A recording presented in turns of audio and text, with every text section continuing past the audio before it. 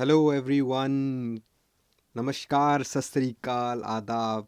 Competitive success factor के YouTube channel में आपका एक बार फिर से स्वागत है। हर बार की तरह आज के दिन भी हम आपके लिए एनालिसिस लेके आए हैं। जैसे आपने अपना प्यार हमारे चैनल को, हमारी टीम को बताया है, वैसे ही हम उम्मीद करते हैं कि ये वीडियो भी आपके लिए उतनी ही हेल्पफुल रहेगी जितनी कि हर बार की तरह हमारी हर एक वीडियो हेल्पफुल रहती है। तो चलिए स्टार्ट करते हैं। ये वीडियो है मैथ्स के कंप्लीट एनालिसिस की। देखिए आज का पेपर तो मज़ा ही आ गया देख के, सच में मज़ा आ गया। तो हमारे स्टूडेंट ने भी काफ़ी ज़्यादा अच्छा परफॉर्म किया है। तो चलो, कईयों का तो दूसरी डिस्ट्रिक्ट में था, हम तो यहाँ जम्मू से बना रहे हैं। तो चलिए बिना टाइम वेस्ट कीजिए स्टार्ट करते हैं पेपर एनालिसिस। चलिए ये रहा आपका पहला क्वेश्चन। माफ़ कीजिएगा अगर आपको थोड़ा क्लियर ना दिख रहा हो, तो हम कोई नहीं, हम बोलते रहेंगे। ये फ़ोटो खींच के स्क्रीनशॉट लिया गया है, आपके लिए स्पेशल पीडीएफ बनाई गई है आज कि जैसे आपको क्वेश्चन मिले उसी के नीचे आंसर मिले, हमें पीडीएफ चेंज करने की ज़रूरत ना पड़े। ठीक है, तो चलिए स्टार्ट करते हैं। पहला क्वेश्चन है, the smallest number that leaves 7 when divided by 35, 56 and 91। 35 से डिवाइड करें, 56 से डिवाइड करें या 91 से डिवाइड करें, वो ऐसा स्मॉलेस्ट नंबर इनमें से, इन ऑप्शंस में से जो 7 रिमाइंडर दे। काफ़ी बच्चों ने ये आंसर ठीक किया है और काफ़ियों ने गलत, बट चलो हम अपना डिस्कस कर लेते हैं, बच्चों का भी छोड़ देते हैं। तो सिंपल था, इसमें कुछ नहीं करना था, आपको एलसीएम लेना था। आपको एलसीएम लेना था, किसका एलसीएम लेना था? 35, 56 और 91 का एलसीएम लेना था। तो जब आपने एलसीएम लिया तो आपका आंसर क्या आया? 3640।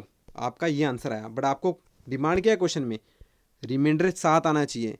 जब आपका एलसीएम ये आ गया तो रिमाइंडर क्या आना चाहिए? 7। तो आप कुछ नहीं करते, आप बस आप जो आपका एलसीएम है उसमें 7 से प्लस कर देते, ऐड कर देते, तो आपका आंसर बन जाता। आंसर क्या होता? बी। आपका बी पार्ट आंसर था। ठीक है, तो सेकंड क्वेश्चन है, the sum of the ages of father and the son is 68 year after. देखिए मैंने पहले ही बताया है कि जिसने एज के क्वेश्चन करने हैं ना, ये बहुत ही मुश्किल होते हैं, मगर अगर आपका कंसेप्चुअल नॉलेज अगर परफेक्ट है ना, तो आपको वो कितना भी घुमा ले, आप फिरकी की तरह घूमोगे तो ज़रूर, पर वापिस अपनी जगह में वापस आ जाओगे। तो इसमें क्या करना था, जो जो आपको एज पूछी है ना, आप सिर्फ उसी को बताओ। पहले एज डिफाइन कर दो। अगर प्रेजेंट पूछा है तो प्रेजेंट, पी फॉर प्रेजेंट कर दो। ठीक है, तो पास में पूछा है तो पास में चले जाओ, फ्यूचर में पूछा है तो फ्यूचर में चले जाओ, मतलब कुछ प्रेजेंट एज डिफाइन कर दो आप। ठीक है, उसके बेस में हम इक्वेशन डालेंगे। सबसे पहले हमने क्या करना है, एज बतानी है।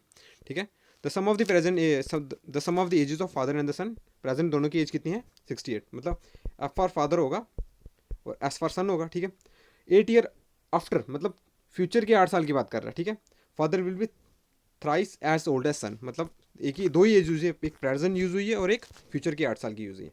F for father, S for son present में, फ्यूचर के 8 साल की यूज हुई है, तो क्या फादर की कितनी हो जाएगी? F+8, सन की हो जाएगी S+8। ठीक है, तो पहली क्वेश्चन क्या थी कि उन दोनों का सम का क्या है प्रेजेंट का? फादर और सन की एज का प्रेजेंट सम कितना है? 68। पहली क्वेश्चन बना दी हमने। सेकंड में क्या बोला है उसने कि जो 8 साल बाद ना फ्यूचर की, जो फादर है ना उसकी एज कितनी हो जाएगी? 3 गुना हो जाएगी सन की। तो फादर की एज कौन सी लेनी है? ये 8 साल वाली लेनी है, ये नहीं लेनी, ये नहीं लेना। जो एज पूछी गई है ना वही लेनी होती है। तो 8 साल बाद की पूछी है तो फादर की एज हो जाएगी F+8। ठीक है, सन की एज S+3 इंटू S+8। जब इसको सॉल्व करोगे तो ये इक्वेशन कुछ ऐसी बन जाएगी, F=16 + 3S। तो जब इसको आप पहली इक्वेशन में डाल दोगे, इसको यहाँ से उठा के इसमें डाल दिया, जो एफ़ की वैल्यू ना ये यहाँ डाल दी, तो जब एफ़ की वैल्यू आप डालोगे तो आपका आंसर कुछ ऐसा बन जाएगा एस की फॉर्म में। तो एस की ये ऐसे डाल दोगे यहाँ पर, तो इसको जब सॉल्व करोगे 4s = 52, तो एस की वैल्यू क्या आ जाएगी? s = 13। सिंपल था आंसर। तो आंसर क्या था आपका? ये डी पार्ट। ठीक है, तो आंसर क्या था आपका? D part. देखिए मैंने ये तो बताया ही नहीं, हम सेट ए कर रहे हैं, ए। ठीक है, तो क्वेश्चन सेम है हर एक सेट में, क्वेश्चन हर एक सेट में सेम है, बस नंबरिंग अलग हो चुकी है। ठीक है, तो डजेंट मैटर, आपका जो क्वेश्चन है ना वो हर एक सेट में आया है और बस नंबर चेंज है। तो क्वेश्चन पढ़ लीजिए और आंसर देख लीजिए। ठीक है, तो नेक्स्ट क्वेश्चन क्या है? जो पी है ना, थोड़ा बड़ा कर देता हूँ इसको। P alone can finish a job in 12 days, 12 दिन में पी जॉब खत्म करता है, ठीक है। और Q can do the so इन 16, मतलब क्यू है ना जो, वो 16 दिन में करता है, ठीक है। अगर पी 12 दिन में करता है और क्यू 16 दिन में करता है, with the help of R, with the help of R they finish the job in 4 days. मतलब आर की हेल्प से ये दोनों मिलके कितने दिन में कर रहे हैं, 4 दिन में कंप्लीट कर रहे हैं।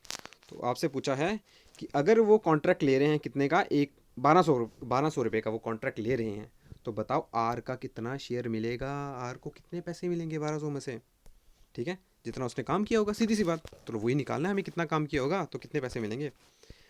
देखो टाइम एंड वर्क के क्वेश्चन आ रहे हैं भाई, टाइम एंड वर्क का कल भी अच्छे से क्वेश्चन आया और आज भी आए, बस लेवल का ऊपर नीचे हो रहा है। और मेरे को लगता है कि अगले दिन थोड़ा लेवल और बढ़ा देंगे ये, मतलब थोड़ा अच्छा लेवल लाएंगे। पिछले 2 दिन के था तो इनका कुछ लेवल नहीं है, आज का भी कोई लेवल नहीं था, और कल का तो भी थोड़ा लेवल नहीं था। ये क्वेश्चन था थोड़ा घुमा, फिरकी की तरह तो आपको घुमा रहे थे, बट चलो कर लेते हैं आज का। जो पी है आपका वो 12 दिन में करता है, ठीक है। क्यू आपका 16 दिन में करता है, और तीनों जब मिलके करें तो 4 दिन में करते हैं। ये डी रखा है, ठीक है, ये डी। तो वर्क क्या होगा, कुछ नहीं करना, एलसीएम मेथड हम नहीं करना है, क्या करना है, एलसीएम मेथड। टोटल वर्क क्या हो जाएगा, इन तीनों का एलसीएम, इन तीनों का एलसीएम क्या है, 12, 16 और 4 का एलसीएम क्या, 48, ठीक है। अगर 48 टोटल वर्क है तो एक को, हर एक की एफिशिएंसी क्या होगी, एफिशिएंसी कैसे निकालते हैं कि उसका एक दिन में वो कितना काम करता होगा, ठीक है। तो हमने क्या किया, 48 को इसके 12 से डिवाइड कर दिया, ऐसे 48 को 16 से डिवाइड कर दिया, इसकी क्यू की एफिशिएंसी निकली। और तीनों की कैसे निकालेंगे, 48 को 4 से डिवाइड कर देंगे, जिनको जितने उनको दिन लगे, जितना काम था 48 टोटल काम था, दिन कितने लगे 4, ठीक है। तो ये किए, ये क्या है, 12 आ गया, ठीक है। ये 12 एफिशिएंसी है, ठीक है। तो आपको आर पूछा ना, आपको आर निकालना है, आर की एफिशिएंसी निकालनी है, ठीक है। फिर बट उसमें कॉस्ट पे निकालनी है, देखिए। बट आप ये देखिए जो ये 12 है ना, वो क्या है, ये तीनों की एफिशिएंसी मिला के है, मतलब पी क्यू और आर की एफिशिएंसी मिला के कितनी है, 12। तो ये हमने देखा कि जो पी की एफिशिएंसी है वो 4 थी, और क्यू 3 किसकी है, क्यू की एफिशिएंसी। तो जब हम तीनों डाल दी तो आर की एफिशिएंसी कितनी आ जाएगी यहाँ से, 5। जब आर की एफिशिएंसी 5 आ गई तो पैसे कितने थे, 1200 कितनों पे डिवाइड हो रहे थे, तीनों पे हो रहे थे ना, तीनों की मिला के एफिशिएंसी कितनी है, 12 है। तो 1200 को 12 से डिवाइड कर देंगे, और आर की एफिशिएंसी कितनी निकली थी, 5, ये 5 निकली ना, तो उससे मल्टीप्लाई करवा देंगे तो आंसर आ जाएगा आपका 500। आपका ऑप्शन क्या था, सी, ठीक है, सेट सी, सेट ए में सी पार्ट है ना जो आपका, उसका आंसर है, ठीक है। तो नेक्स्ट क्वेश्चन करते हैं, फोर्थ। देखिए फोर्थ क्या बोल रहा है, if A's income is 60% more than B's income, A की इनकम 60% ज़्यादा है बी की इनकम। अगर बी की इनकम 100 होगी तो ए की इनकम कितनी होगी, 160, 60 ज़्यादा है ना, ठीक है। तो अब पूछा है कि then how much percentage is B's income less than A's, B की इनकम कितनी कम है ए की इनकम से। चलिए बिल्कुल मक्खन जैसा सवाल था, इसे मक्खन की तरह ही हम सॉल्व करेंगे। कुछ ऐसा है, बी की इनकम अगर हम 100 सपोज करते हैं तो ए की इनकम कितनी हो जाएगी, ए की इनकम 60 ज़्यादा है, 100 का 60% कितना कितना होता है, 60 हो गया। तो 60 ज़्यादा है ना, 100 तो होगी ही होगी और 60 भी होगी, ठीक है। तो अभी कितनी ए की इनकम हो जाएगी, 160, ठीक है, 160 ए की इनकम हो जाएगी। अब पूछा है बी की इनकम कितनी कम है ए से, कितनी कम है ए से, ए की 160 है, बी की कितनी है 100, दोनों का डिफरेंस कितना है, 160 माइनस 100, 60 का दोनों का डिफरेंस है, किससे कम निकालनी है, ए से निकालनी है ना। तो ए की कितनी थी 160। तो अगर जब परसेंटेज निकालना होता है ना तो करते हैं 100 से मल्टीप्लिकेशन, 100 से क्या करते हैं मल्टीप्लिकेशन। जब इसको सॉल्व करोगे ना तो आपका आंसर आएगा 37.5%, जो आंसर था बी पार्ट, ठीक है। ऐसे सॉल्व करना है, ध्यान से देख लीजिए। नेक्स्ट क्वेश्चन करते हैं, fifth question. A can do a piece of work in 16 days which, sorry Anil can do a piece of work, Anil 16 दिन में काम करता है, ठीक है। शशि है ना, जो शशि वो 24 दिन में काम करता है। अगर अनिल 16 दिन में काम करता है, शशि 24 दिन में काम करता है, ठीक है। तो बताओ वो if they work alternative day, और अल्टरनेटिव डेज में काम कर रहे हैं, अल्टरनेटिव पहले अनिल करेगा फिर शशि करेगा फिर अनिल करेगा फिर शशि, जब तक काम खत्म नहीं हो जाता ना, ऐसे चलता रहेगा ये सिस्टम, अल्टरनेटिव डेज पे काम करना है, ठीक है। तो बताओ कि कितने दिन में काम खत्म होगा, in how many days the work will be finished. ठीक है, तो देख लीजिए आंसर क्या है, कैसे निकालना था इसको। Anil, A for Anil, S for Shashi. Anil लेता है 16 दिन और शशि लेता है 24 दिन। ठीक है, अगर अनिल 16 लेता है और शशि 24 लेता है तो टोटल वर्क कितना होगा, कुछ नहीं, LCM method, work time and work के सारे क्वेश्चन एलसीएम मेथड से करने हैं हमने।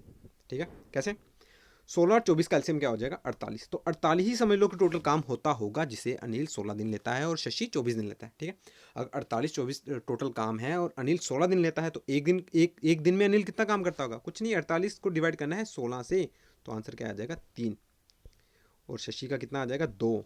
ये उनकी पर डे की एफिशिएंसी है। ठीक है, ये याद रखना आप, ये उनकी पर डे की एफिशिएंसी है। तो अब बताया गया है कि वो अल्टरनेटिव डेज में काम कर रहे हैं। समझ लो अनिल शशि, अनिल शशि, अनिल शशि, जब तक काम खत्म नहीं होता। तो अनिल पहला दिन 3 यूनिट का काम करेगा, फिर शशि आएगा वो 2 यूनिट का काम करेगा, फिर अनिल आएगा वो 3 यूनिट का काम करेगा, फिर शशि 2 यूनिट का, ऐसे चलता रहेगा। हमने एक चीज़ देख ली कि टोटल वर्क कितना हमें करवाना है 48 यूनिट का। ठीक है, तो दोनों मिला के अगर काम करें अनिल और शशि तो 5 यूनिट का काम कर रहे हैं। 5 यूनिट का काम कितने एक दिन में कर रहे हैं ना, उन्होंने बोला कि अल्टरनेटिव डेज पे काम कर रहे हैं, तो ये 5 यूनिट का काम पर 2 डेज में कर रहे हैं। ठीक है, वो पर 2 डेज में कर रहे हैं ये काम। तो अगर हम 48 को 5 के मल्टीपल्स में तोड़ के लिख दें तो कैसे लिखेंगे, कुछ नहीं, 48 को लिख सकते हैं ना ऐसे 45 + 3। ठीक है, क्यों 45 ऐसे क्यों किया, क्योंकि ये 5 से कट रहा था आराम से। 5 हर 2 दिन का काम है, 5 यूनिट हर 2 दिन का काम है। तो जब 48 को काटेंगे कैसे, एक तो 45 और एक 3 पे कर दिया, तो हमने देखा कि 45 को 5 से डिवाइड किया तो कितना आ गया 9। ठीक है, क्या आ गया, ये 9, ये 9 आया। तो 9 क्या है, 9 मतलब 9 दिन आएंगे नहीं, 5 2 दिन का काम है तो 9 कितने हो जाएगा, वो भी 2 से मल्टीप्लाई होगा, तो ये कितने काम, 45 काम करने में 18 दिन लग गए उनको। तो पीछे कितना बच गया अभी, ये 3 बच गया ना, ये 3 बच गया। देखिए हर 2 इवन नंबर में चल रहा है ना, हम देखिए अनिल फिर शशि, अनिल फिर शशि, शशि इवन नंबर पे आ रहा है, तो मतलब कि 18, जो 18वें दिन का काम होगा ना वो किसने किया होगा, वो शशि ने किया होगा। तो 19 अगले जो दिन का काम होगा, अभी बचा हुआ है ना काम, जो ये 3 यूनिट वाला काम बचा हुआ है, इसको कौन करेगा, इसको करेगा अनिल। ठीक है, कितना बचा है, 3 यूनिट का काम बचा है। अनिल एक दिन में कितना काम करता है, अनिल एक दिन में 3 यूनिट का काम करता है, तो 3 यूनिट का काम बचा है, एक दिन में अनिल 3 करता है, तो पूरा दिन लगा देना वो काम करने में। ठीक है, पूरा एक दिन लगेगा उसको, तो टोटल कितने दिन लगेंगे, कुछ नहीं, बस ये 18 और एक दिन निकाल दिया हमने, तो कितना आंसर आ गया 19। तो आपका ये डी पार्ट आंसर बन जाएगा इस क्वेश्चन का। ठीक है, डी पार्ट 19 दिन। नेक्स्ट क्वेश्चन, नेक्स्ट क्वेश्चन देख लेते हैं। नेक्स्ट क्वेश्चन है the price of each apple is 10 rupee and that of each mango is 15 rupees. हर एक एप्पल की कॉस्ट कितनी है 10 रुपये, मैंगो की कॉस्ट कितनी है 15। तो बैग है उसमें कितने एप्पल्स थे, 40 एप्पल थे, और मैंगोस कितने हैं 20 आम है। देन अप्रॉक्सीमेट एवरेज प्राइस पर फ्रूट इन द बैग, मतलब एवरेज प्राइस पूछिए इन सभी फ्रूट्स को मिला के, इनकी अगर असाइन कर दी जाए, मतलब जो 10 एप्पल की कॉस्ट है ना वो 40 को असाइन कर दी जाए, मतलब 40 × 10 कर दे, तो टोटल एप्पल की कॉस्ट कितनी बन जाएगी 400। और वैसे ही 15 हर एक मैंगो की कॉस्ट है, तो मैंगो कितने 20, 15 × 20 300। ठीक है, तो बताओ एवरेज कॉस्ट कितनी होगी हर एक फ्रूट की बैग में, मतलब एक लमसम अमाउंट लेंगे ना, एक छोटा सा जो कॉमन दोनों में। तो ये रहा आपका आंसर। तो टोटल एवरेज एप्पल की कॉस्ट कितनी हो जाएगी, जितने बैग में एप्पल थे 400, मैंगो की कॉस्ट कितनी होगी 300, मैंने बता दिया आपको इससे पहले। आपको पता है, बस आपको एवरेज प्रोबेबिलिटी कुछ आपके टॉपिक है ना, मतलब है ही नहीं कुछ टॉपिक, उसमें सिर्फ एक फार्मूला याद रखना और उसी तरीके को फॉलो करते रहना आगे। ठीक है, क्या, एवरेज का फार्मूला है sum of data upon number of data, बस इसको याद रखना है हमेशा। सम ऑफ डाटा क्या हो गया, टोटल एप्पल की और मैंगो की कॉस्ट कितनी है 400 + 300। ठीक है, ये upon the number of data 40 और 20, 40 एप्पल है 20 मैंगो है। ठीक है, तो जब दोनों को प्लस करेंगे तो ऊपर कितना आ जाएगा 700 डिवाइड बाय 600। जब इसको सॉल्व करेंगे तो आपका आंसर आएगा कुछ 11.66, जिसे अप्रॉक्सीमेटली राउंड ऑफ करके करेंगे 11.67। ठीक है, तो ये आपका ऑप्शन बन जाएगा 11.67, बी पार्ट आपका। ठीक है, नेक्स्ट क्वेश्चन करते हैं। अरे ये तो मतलब ये तो मजाक ही था ना, ये तो मतलब मेरे को लगता है कि सबका ही ठीक हुआ होगा और होना भी चाहिए। चलो वैसे बहुत बच्चे हैं जिससे हमने पेपर लिया उसका गलत है, चलो कोई नहीं, देखते हैं। क्वेश्चन है कि जो A/B का रेशियो है ना वो 5/7 है, तो इसका मतलब क्या होगा, ए की वैल्यू कुछ 5 होगी, बी की वैल्यू कुछ 7 असाइंड होगी, ठीक है। असल में वैल्यू 5 नहीं होगी, ये कुछ 5x होगी, जो x और 7x होगी, जो x दोनों का HCF हमने किया था ये HCF में, ठीक है। तो ये साइंड होगी, आप समझ लीजिए कि अभी के लिए हम x की वैल्यू 1 रख रहे हैं और a को साइन कर दिया 5, b को साइन कर दिया 7, ठीक है। तो आपको पूछा है इसकी वैल्यू कुछ नहीं करना, ठीक है। ए की वैल्यू की जगह 5 डाल दो, बी की वैल्यू की जगह 7 डाल दो। जब आप सॉल्व करोगे तो आंसर आ जाएगा आपका 74/73। बस सिंपल था। ए की वैल्यू ए में डाल देनी, बी की वैल्यू बी में डाल देनी है, तो आपका आंसर ये बन जाएगा 74/43, मतलब आपका सी पार्ट, ठीक है। PDF आपको मिल जाएगी डिस्क्रिप्शन बॉक्स में, उसका लिंक मिल जाएगा, आपको उस क्लिक करना है, टेलीग्राम चैनल ओपन हो जाएगा, उसमें ओपन करके आपको PDF डाउनलोड कर देनी है। और अच्छा लगा हमारा इनिशिएटिव तो हमारे साथ जुड़ने के लिए हमारे टेलीग्राम को ज्वाइन कीजिए, हमें सब्सक्राइब कीजिए, लाइक कीजिए, जिससे हमें मोटिवेशन मिले, हमारी पूरी टीम को मोटिवेशन मिले और आपको सिंपलेस्ट ट्रिक बता सके। तो नेक्स्ट क्वेश्चन क्या है, देखिए 2 डाइस फेंके गए, तो प्रोबेबिलिटी पूछी है कि उनका सम है ना, मतलब जो आपको पासा वही है ना, जो दिखेगा सबसे ऊपर रहता है वही हम नोटिस करते हैं, तो उसे वही है कि उसने आपको घुमा के लिखा दिया कि sum on the top of the faces greater than 10, मतलब जो आपको जो मिले पासे में नंबर आए ना, वो दोनों का सम कितना 10 से ज़्यादा होना चाहिए, ठीक है। याद रखना यहाँ पर इज ग्रेटर देन 10 है, 10 मत ले जाना, ठीक है, 10 को ऐड मत करना। तो क्या पॉसिबिलिटी है, सिंपल, पहले मैं आपके तरीके से बताया हूँ। प्रोबेबिलिटी की डेफिनेशन क्या होती है, प्रोबेबिलिटी होती है favourable cases upon total number of cases, ठीक है। ये याद रखना है हमेशा, प्रोबेबिलिटी में यही फार्मूला हमेशा यूज़ होगा। अब 10 कब आ सकते हैं, जब हो 4 हो 6 हो, नहीं बिल्कुल नहीं, 4 और 6 10 बनते हैं, बट हमें चाहिए 10 से ज़्यादा, तो क्या आएगा 5 और 5 दोनों डाइस में, सॉरी 5 और 6 दोनों डाइस में 5 और 6 हो, ठीक है। यहाँ तो इसका उल्टा 6 और 5 हो, यहाँ तो क्या हो सकता है दोनों में 6 हो, ये 3 ही कंडीशन बनती हैं जो 10 से ज़्यादा आपका आ सकता है, ठीक है। यहाँ तो 11 आएगा, यहाँ तो 12 आएगा 2 डाइस में, ठीक है। तो फेवरेबल केसेस कितना हो गया 3 हो गया, तो टोटल केसेस कितना हो गया 36, ठीक है। सैम्पल स्पेस कैसे निकालते हैं, जैसे डाइस है इसके 6 फेसेस होते हैं, तो 6 की पावर n करते हैं, n एक, अगर एक डाइस है तो सैम्पल स्पेस 6 बनेगी, 2 डाइस है तो सैम्पल स्पेस 36 बनेगी, 6 की पावर 2 36, ठीक है। तो यहाँ पर 36 है, 2 डाइस है, 3 1 3 3 12 36 1/12, ठीक है। आपका ए आंसर है। तो ये देखो शॉर्टकट तरीका, आप कुछ भी सॉल्व कर सकते हो इससे प्रोबेबिलिटी का, जब 2 डाइस हो। सिंपल, ये क्या है, जब सिंगल फेस हो, मतलब कहने का ये मतलब है कि सम 3, ये ऊपर ये वाले टर्म दिए हैं ऊपर वाली, ये सम है, ठीक है। डाइस 2 डाइस के जो पासे हैं ना, उनमें सम है, ये उनका सम है दोनों का, ये उनके फेवरेबल केसेस कितने बन सकते हैं वो, ठीक है। 2 कब आ सकता है, जब दोनों एक हों, तो ये एक ही कंडीशन बन सकती है। जैसे 12 कब आ सकता है, जब दोनों 6 हों, ठीक है, वो भी एक ही कंडीशन बन सकती है, ठीक है। तो ये है कि ऊपर वाला सम है। अब आपको क्या पूछा था कि 11 से ज़्यादा, सॉरी 10 से ज़्यादा, तो कैसे होगा 10 से ज़्यादा, ये और ये, यही 2 कंडीशन है। तो फेवरेबल केसेस कितनी होगी 2 और 1, तो मतलब 3/36, सिंपल सा। कोई भी आप इससे आंसर निकाल सकते हो इस टेबल से, बहुत ही किसी को बहुत कम सिखाते हैं, आप ध्यान रखना इस चीज़ का, ठीक है। तो नेक्स्ट क्वेश्चन कर लेते हैं। हाँ ये रहा क्वेश्चन, पूछा गया आपसे the age of A and B, चलिए, the age of A B and C are 8 year, 8 साल, ए की एज कितनी है 8 साल 10 महीने, बी की एज कितनी है 15 साल 6 महीने, और सी की एज कितनी है 12 साल 5 महीने, ठीक है। तो आपको पूछा है कि उन तीनों की एवरेज एज क्या होगी, कुछ नहीं, तीनों की एज को प्लस कर देना। अब महीने दिए ना, उसको साल में कन्वर्ट कर दो, सबसे पहले आपके दिमाग में यही चीज़ आनी थी कि महीने दिए साल में कन्वर्ट कर दो उसको। तो 8 साल 10 महीने को साल में कन्वर्ट कर दिया, तो क्या करना है 8 + 10/12, एक साल में 12 महीने, तो महीनों को 12 साल से डिवाइड कर दो, वो साल हो जाएंगे। वैसे ही इसको 15 + 5 6 भाई, इनको जब सॉल्व करोगे ना, तो बस कुछ नहीं, एवरेज का फार्मूला डाल देना, sum of data upon the number of data, sum of data इन तीनों को प्लस कर दो, इन तीनों को प्लस कर दो अपॉन नंबर 3 से। जब इसको सॉल्व करोगे, ये मैंने डीपली कुछ ज़्यादा ही करवा दिया, बट आप तो इंटेलिजेंट हो, ठीक है ना। तो आप जब सॉल्व कर दो कि, तो आपका आंसर आएगा 12 1/4 ईयर्स, ठीक है। तो अब देखो 12 तो 12 साल रहेंगे ही रहेंगे, 1/4 मतलब कि क्वार्टर, एक क्वार्टर में मतलब 3 महीने होते हैं। तो अगर ऐसा भी आपको पता नहीं लगता ना, तो 1/4 × 12 करा देना से, ठीक है। तो आपका आंसर आ जाएगा 3, ये महीने में दिखाएगा, ठीक है। तो 12 साल 3 महीने उनकी एवरेज थी। तो ये ऑप्शन क्या था? ये ऑप्शन था बी पार्ट। ठीक है, नेक्स्ट क्वेश्चन करते हैं 10th क्वेश्चन। देखिए मक्खन क्वेश्चन आए ना सारे, अभी तक सारे क्वेश्चन मक्खन है।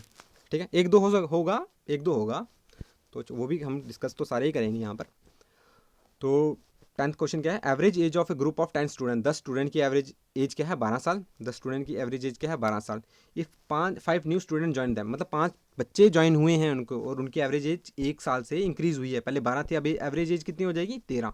देखो एग्जामिनर पूछ देता नहीं है आपको 13 साल, वो ऐसा बता रहा है कि 1 साल इंक्रीज हुआ। आपको समझना पड़ेगा अपने कॉमन सेंस से कि 13 साल होगी। ठीक है, the average age of the new student, मतलब जो 5 स्टूडेंट ऐड हुए थे ना, उनकी एज कितनी है? कुछ नहीं, 12 जो 10 बच्चे थे उनकी एज का सम निकालना है। और जो 15 बच्चे हुए उनकी एज का सम निकालना है, दोनों का डिफरेंस करना है। तो 5 की एज का सम निकल जाएगा, तो उनका 5 से डिवाइड कर देंगे, एवरेज आ जाएगा। जैसे मैंने बताया, तो एवरेज 10 का कितना है? 12।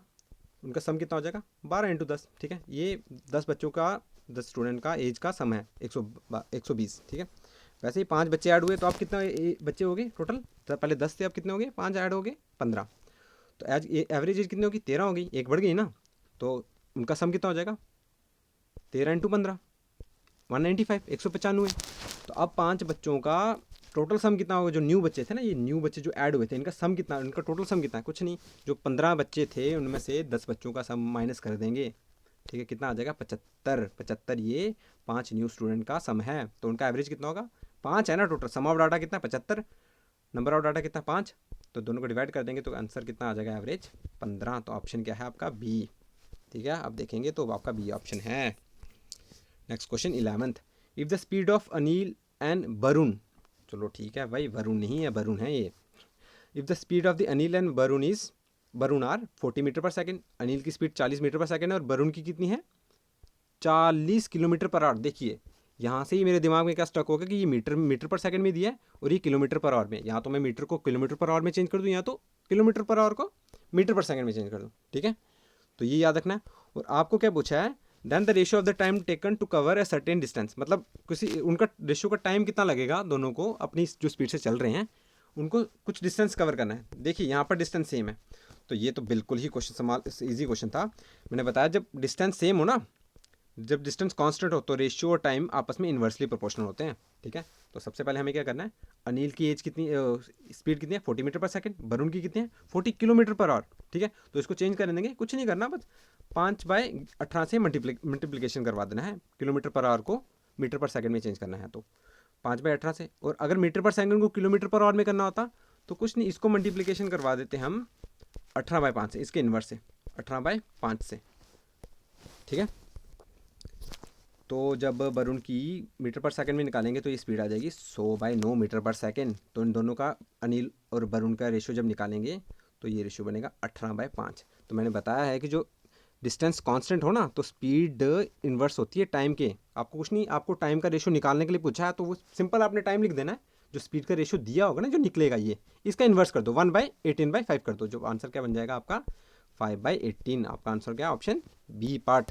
जो आपका बी पार्ट है ना, 5/18, ये है। देखिए जिस स्टूडेंट का ये पेपर है ना, उसने सिर्फ यही पार्ट को छोड़ा है, बाकी आंसर कर दिया। वाह भाई, वाह भाई। चलो ये थोड़ा क्लियर नहीं है, बट मैं समझा देता हूँ आपको क्वेश्चन क्या पूछा है। बिल्कुल सिंपल क्वेश्चन है। What percentage of 60 is 120? जो 120 नहीं, 12 है, सॉरी, जीरो ज़्यादा लगा दिया भाई। मैथ 0 का खेल है भाई, जीरो शून्य भी बना देता है और अमीर भी। What percentage of 60 is 12? जो 12 है ना, वो 60 का कितना परसेंटेज है? कुछ नहीं, 12/60 इंटू 100। ठीक है, इंटू 100, तो कितना आ जाएगा आपका आंसर? 20%। ठीक है, 60 मतलब 100%। 6 का टेबल चल रहा है, सीधी सी बात। ठीक है, next question. What is the distance travel by the tip of a minute hand clock of a wall clock in 2 days? मतलब जो मिनट हैंड है ना किसी वॉल क्लॉक का, वो पूरे 2 दिन में कितना डिस्टेंस ट्रैवल कर रही है। मतलब सरकमफ्रेंस पूछा है, क्योंकि सर्कुलर चलेगी ना, तो डिस्टेंस मतलब वो अपनी टिप से चलेगी, तो ये बाउंड्री कवर कर रही है। तो आपको सरकमफ्रेंस पूछा गया है यहाँ पर। ये मतलब कॉमन सेंस की बात, आपको इतना समझ लेना चाहिए। ठीक है, तो 2 दिन में कितना करें, उसका रेडियस दिया हुआ है 7 सेंटीमीटर। तो देखिए सर्कमफ्रेंस निकालना है, मतलब अगर क्लॉकवाइज चलेगी, ऐसे कुछ ऐसे पहुँच रही है एक, तो मिनट हैंड क्लॉक है ना, मतलब 1 घंटे में वो कितना कवर कर रही है?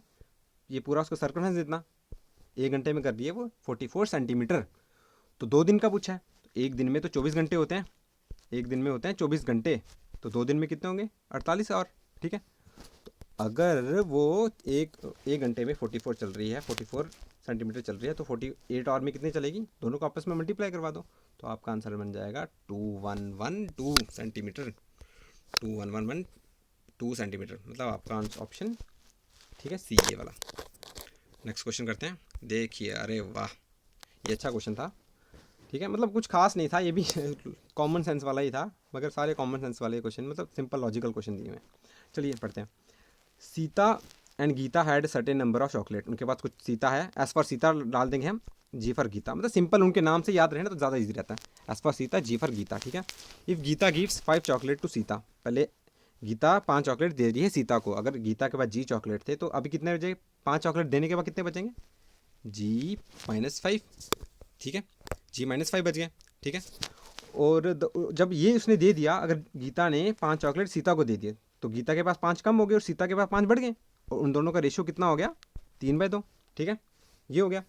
अब नेक्स्ट क्वेश्चन, नेक्स्ट लाइन में क्या बोल रहा है, इफ़ सीता गिव, अब सीता दे रही है गीता को 5 चॉकलेट, अगर सीता गीता को दे रही है तो सीता के पास पहले एस थे, अब कितने हो जाएंगे, S-5, गीता के पास 5 बढ़ गए, और ठीक है।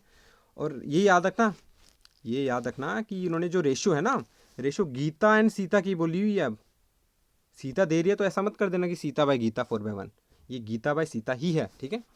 तो गीता बाय सीता की एज का रेशियो कितना है, चॉकलेट का रेशियो कितना है, 4/1।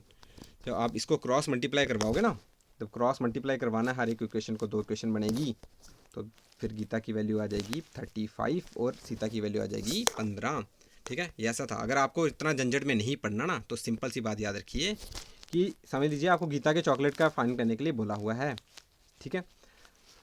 तो गीता के पास कुछ जी चॉकलेट हैं, मैंने बोला, ठीक है। अगर अपने में से जी, पहली इक्वेशन के अकॉर्डिंग वो सीता को 5 चॉकलेट दे रही है ना, तो कुछ ऐसा चॉकलेट दे रही है 5 चॉकलेट, तो आपका जो आंसर बनेगा ना वो 3 का मल्टीपल बनेगा, ऊपर वाला गीता का पार्ट है ना, तो 3 का मल्टीपल, अगर 35 लें तो 35 में से 5 30, 30 3 का मल्टीपल है, मतलब हो सकता है 35, बाकी देख लेते हैं।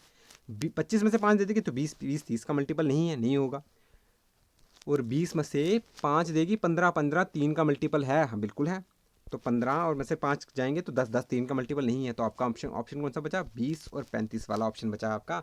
तो ऐसे ही बाकी भी गीता का भी, अब सीता का भी रखोगे ना, तो एलिमिनेट करके आपका 35 आंसर निकल जाएगा बिना पेन को यूज़ किए, ठीक है।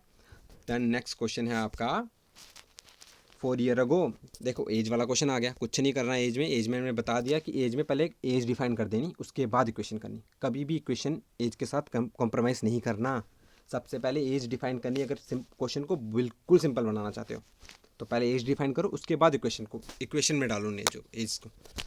4 साल पहले, मतलब पास की बात करें 4 साल पहले, तो मतलब कुछ एज होगी, जो भी होंगे इनमें बंदे, उनकी एज होगी 4 साल पास की एज की बात कर रहा है, ठीक है।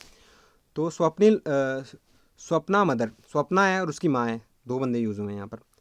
उनकी जो स्वप्ना की माँ है ना, वो 3 गुनी है अपनी, चलो बेटी ये मान लेते हैं, बेटी स्वप्ना से, ठीक है। स्वप्ना से उसकी माँ 3 गुना की एज की है, 5 साल 4 साल पहले थी, ठीक है। और आने वाले 6 साल, अब तो आफ्टर 6 ईयर, मतलब फ्यूचर की बात कर रहा है, और 6 साल आगे की।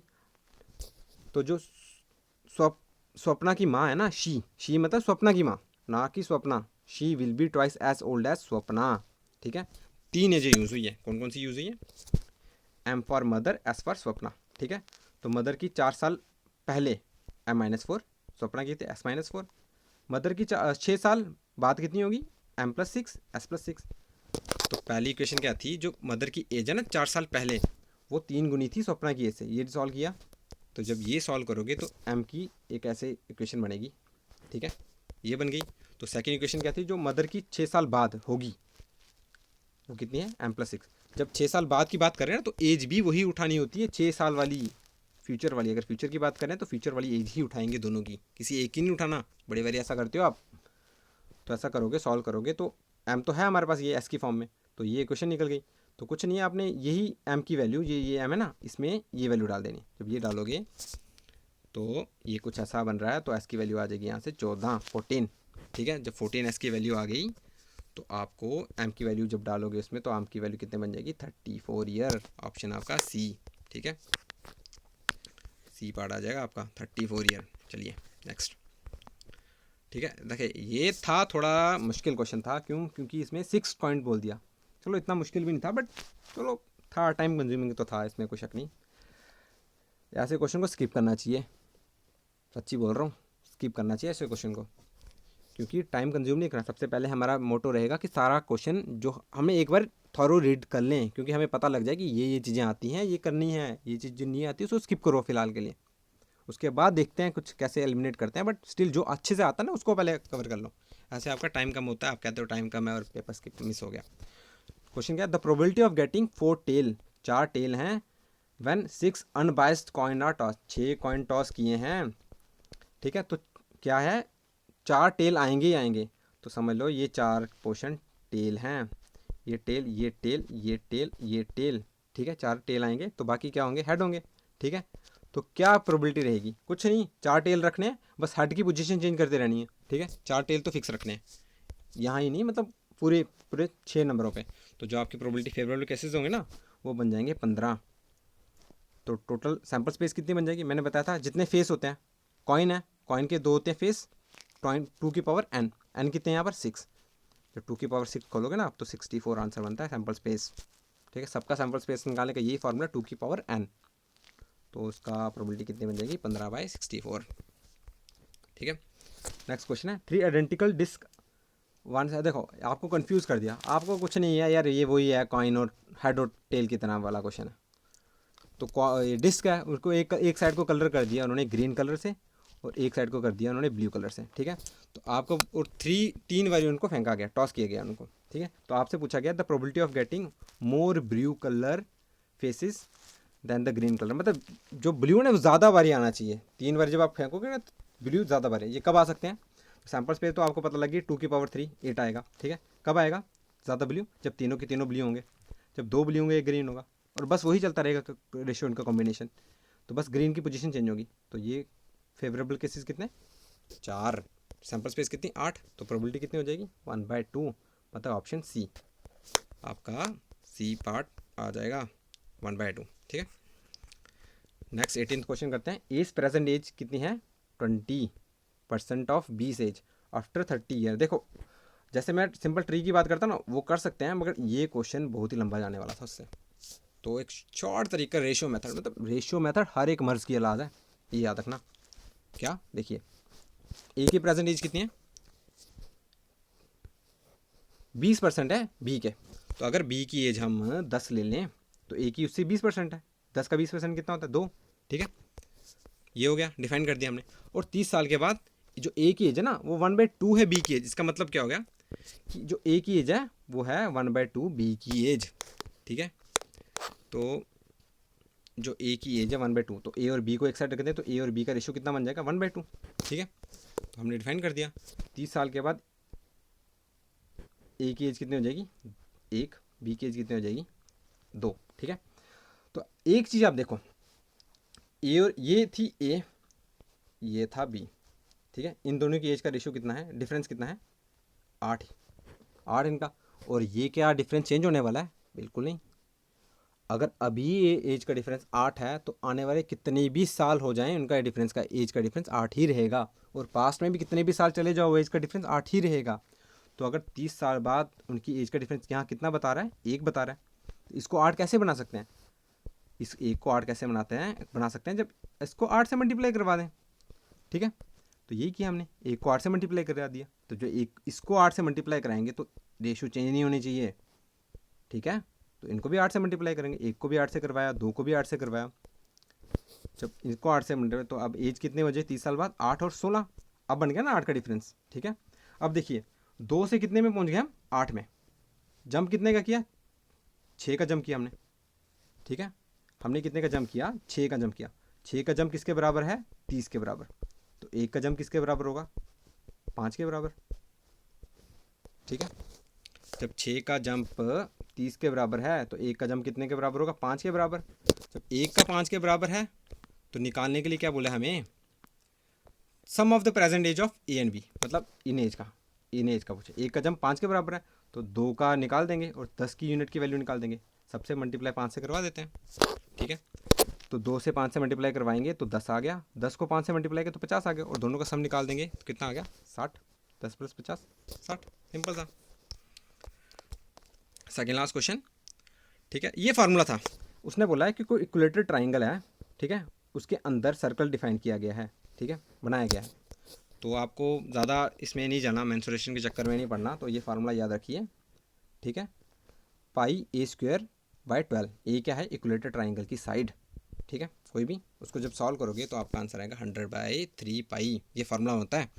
बाकी मैं करवा सकता हूँ मगर इसको करने का कोई फ़ायदा नहीं है, ठीक है। तो आप बेसिकली याद रखिए, ये फार्मूला बेस से निकल जाता था, बाकी फार्मूला बनाना पड़ता, अगर बनाते तो फिर वो लंबा चला जाता। नेक्स्ट क्वेश्चन, कोई 2 सिलेंडर है, उनकी वॉल्यूम क्या है, बराबर है। क्यों, कैसे, मैं ऐसा कैसे बोल रहा हूँ, क्योंकि बोल रहे हैं यार यहाँ पर सेम वॉल्यूम, ठीक है। 2 सिलेंडर की सेम वॉल्यूम है और उनके रेडियाई का रेशियो कितना है 3/1, मतलब R1 है और R2 का रेशियो कितना है 3/1, ठीक है। और उनकी हाइट का रेशियो पूछा हुआ है भाई, ठीक है भाई, कुछ नहीं, क्या है सिंपल मुश्किल से, R1 for cylinder 1, R2 for cylinder 2, दोनों का वॉल्यूम बराबर है πr²h πr²h, ठीक है। R1 एक की पहले की, H1 H पहले की, तो उनका क्या पूछा, हाइट का रेशियो पूछा है, तो ऐसा ही होगा ना, ठीक है। देखो सिंपल सी बात थी, जो हाइट है ना वो इन्वर्स है आर के, ठीक है, जो हाइट है ना वो इन्वर्स है आर के, कब, जब वॉल्यूम कांस्टेंट रहता है। तो जो उनकी रेडियस का रेशियो कितना है 1/3, तो मिनट R2/R1, हाँ 1/3, ठीक है ठीक है ठीक है। मेरे को लगा मैंने उल्टा कर दिया, 3/1 करना चाहिए था मेरे को। तो आंसर क्या था, ये R1/R2 कितना था 3/1, ठीक है। तो बट जब हमने H को एक साइड रख दिया और R को एक साइड रख दिया तो ये कितना बन रहा है R2/R3, तो ये कैसा बन जाएगा 1/3, ठीक है। तो अब इसका हाइट का रेडियस निकाल दो, तो इनका स्क्वायर कर दो 1/9, तो हाइट का रेशियो कितना बन जाएगा 1/9, ठीक है, सिंपल था ये था पूरा मैथ का कंप्लीट सॉल्यूशन। ये सिंगल पीडीएफ आपको हमारे टेलीग्राम चैनल में मिल जाएगी, जिसका डिस्क्रिप्शन लिंक में हमने दिया होगा, पीडीएफ का डिस्क्रिप्शन, तो आप उसे क्लिक कीजिए और वहाँ से हमारी पीडीएफ डाउनलोड कर दीजिए, जिससे आपको कंप्लीट, ये उन बच्चों के लिए जिनका आज एग्ज़ाम हुआ और उन बच्चों के लिए भी है जिनका कल एग्ज़ाम होने वाला है, और बाकी तमाम स्टूडेंट के लिए जो तैयारी कर रहे हैं किसी न किसी एग्ज़ाम्स की, ठीक है। तो अगर आपको हमारी ये वीडियो अच्छी लगी तो हमारे चैनल को सब्सक्राइब कीजिएगा, इस वीडियो को लाइक कीजिएगा और अपने दोस्तों को ये वीडियो शेयर कीजिएगा। इससे क्या होगा कि जो नीडेड पर्सन है ना, जिसे ज़रूरत है मैथ्स की वीडियोस की या किसी भी वीडियो की, हमारा चैनल हर एक वीडियो का एनालिसिस डिटेल प्रोवाइड कर रहा है, और हमने पीछे JKSSB लास्ट 15 डेज से क्रैश कोर्स भी प्रोवाइड करवाया था आपको, तो आप जाइए विजिट कीजिए, अगर आपको कोई भी टॉपिक देखना है तो आप वहाँ से देख सकते हैं, ठीक है। तो बाकी और कुछ आपके लिए इन्फॉर्मेशन, हाँ, हमने कश्मीरी माइग्रेंट का बैच चल रहा है हमारे वहाँ पर, अगर किसी को क्रैश कोर्स लेना है तो आप हमें इन्फॉर्म कर सकते हैं, वो भी लिंक हमें डिस्क्रिप्शन में मिल जाएगा, हमारा कॉन्टैक्ट नंबर। कुछ काउंसलिंग भी हो तो फ्री हम आपको बता देंगे, JKSSB की रिगार्डिंग कुछ भी अपडेट मिलेगी तो हम आपको अपडेट करते रहेंगे। तब तक हमें दीजिए इजाज़त, stay connected, stay safe, thank you so much.